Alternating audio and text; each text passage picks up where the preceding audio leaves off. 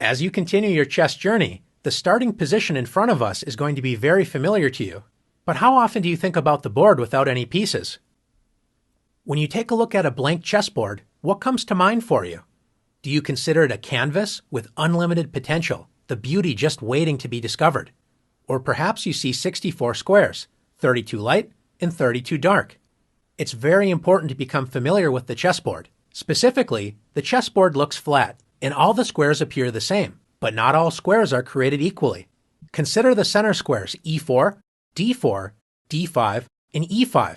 These squares are the chess mountain, the highest point on the chessboard. You want to make sure you have your fair share of the chess mountain, or inner center, and the best way to do that is planting flags, or pawns, in the center of the board. You're claiming E4 as your territory on the mountain. Black will often play E5, doing the same thing. The squares surrounding the chess mountain, or inner center, is what we call the outer center. You can consider the outer center as the chess hill, not as high as the chess mountain, but still elevated above all the other squares. When we think about developing our pieces, think about the chess mountain and hill, or inner center and outer center. We want to develop our forces to help control these critical squares. Now that we have a general idea of where we want to place our pieces, let's return White's pieces to the starting squares. Let's pretend for a moment that we can only move 2 pawns and the rest of our pieces only once. Where would you develop your forces? Thinking about the chess mountain, or inner center, we don't have to hesitate to play E4 and D4. Knights love to jump into the outer center and help control the key central squares with knight F3 and knight C3. Bishops love open diagonals, so bishop C4 and bishop F4 are natural squares for these pieces. Take a look at all of the squares these bishops control in enemy territory. Castling has a very important role in our development. For this exercise, let's consider castling as the king move. White's king wisely evacuates the center and now has 3 loyal pawns protecting it. Castling also allows us to bring our rook into the action, especially helping control the center, with a move like rook E1. Now we only have our queen and rook on A1 to move. White's queen can be well placed on E2 or D2. Let's move the queen to D2. Now White's rooks are connected, and White's queen backs up the dark squared bishop, supercharging that diagonal. Finally, we would complete our development with rook A to D1. Notice our 2 central pawns, knights, and bishops are all in the inner and outer center. White's major pieces, the queen and 2 rooks, help support the center, so in the future, White can start advancing pawns up the board. Of course, this is only a dream scenario, and our opponent certainly has something to say about this. So what does a position look like when both sides are following this strategy, activating their pieces and controlling these key squares? Let's take a look. This is a very typical opening position, and notice the balance of the forces. Both sides have pawns in the inner center, controlling their fair share of space. Both sides have castled their king to safety, and the knights and bishops are all controlling key squares in the center. With all this in mind, let's have some fun and see development in action. How important is it to develop our pieces to safe, active squares where they work together in harmony? When one side follows this advice and the other side ignores it, we'll soon find an answer. After E4, E5, knight F3, White combines development with attack. Black's most popular and flexible move is knight C6, developing a piece toward the center and protecting the E5 pawn.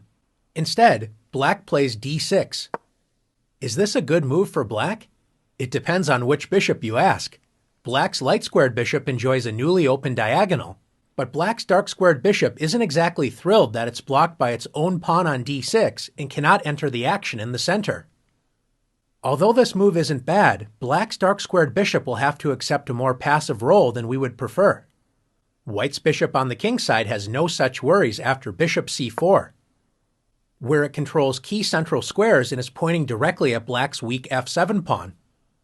Black decides to develop the knight on B8. What is the best square for this piece? If Black plays knight A6, when a knight moves to the edge of the board, a famous saying is, a knight on the rim is dim. Black's knight only controls 4 squares, and none of them are squares in the inner center. Let's compare the last move with knight C6. Developing the knight toward the center with knight C6 is the best square for this piece. It controls both e5 and d4, key central squares, and controls a total of 8 squares, twice as many as it controlled on the edge of the board. Black selected a third option and played knight d7. The knight only protects the e5 square in the center, so it's less active, and now Black's light-squared bishop cannot move. White continues to demonstrate positive development with knight c3. And once again, Black makes a passive knight move with knight e7. Instead of working together, Black's pieces are standing in each other's way. Notice that both of Black's bishops cannot move, which means the knights would have to move again in order to free the natural diagonals for the bishops, wasting more time. Time is not on Black's side, and White punishes Black's poor development immediately with knight g5. Notice how White's pieces are working together. The knight on g5 joins the light-squared bishop in attacking the weak f7 pawn. White's knight on c3 and pawn on e4 join the light-squared bishop in protecting the key d5 square, which means if Black plays the best move in a bad position, d5, White can simply capture the pawn and win material. Instead of blocking this dangerous diagonal with d5, Black decides to play f6, turning the position from bad to completely losing. What would you play as White? You may notice that the queen on d8 is trapped, so you could actually win this piece with knight e6 or knight f7. But is there an even stronger move to play? If you found bishop f7, checkmate. Great job. The king cannot capture the bishop as it's protected by the knight on g5. Black's pieces smother its own king, so it's game over. Now that you've learned the importance of developing your pieces rapidly toward key